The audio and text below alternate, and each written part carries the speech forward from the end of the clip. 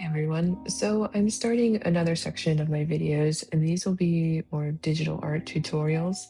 These I'm pretty much going to cover techniques that I've learned or things that I've found that work through digital art. I know as digital artists, a lot of our tools and mechanics can be hidden behind menus and a lot of terms that aren't very well explained.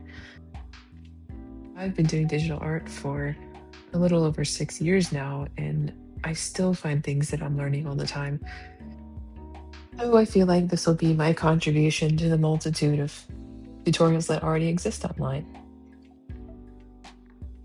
All right, so to start off with organza or transparent silk,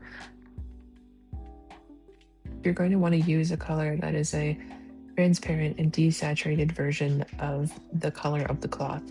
And since this is transparent, you're also going to want to color match to the skin behind it.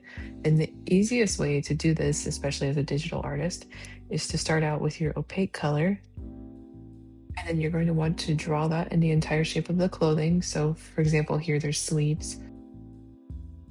Draw the entire layer in that opaque color that you're going for, and then turn the opacity down to about 10 to 15%.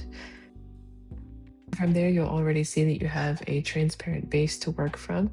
It's going to give you the visual of the skin or object beneath the clothing. So then next, what you're going to want to do is you're going to start building up layers on the apex of the folds of the clothing.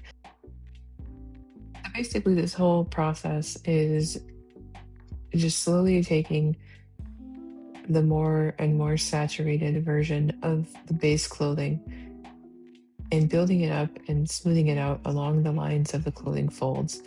Now you can see what I'm doing here along the arm and the edge and the places where the clothing is visible outside of the body or the form. And those places are going to be even lighter and more saturated than the parts that cross over the body because you're incorporating strictly light and form of the clothing itself to communicate its mass. So the areas where the clothes are free hanging off of the body are going to be good areas to build up with this lighter and lighter saturation to really show the weight of the cloth outside of the form. And I want to emphasize here as well that while you're drawing, you're continuously using your smudge brush to really give all of these edges a very soft, tapered look to them.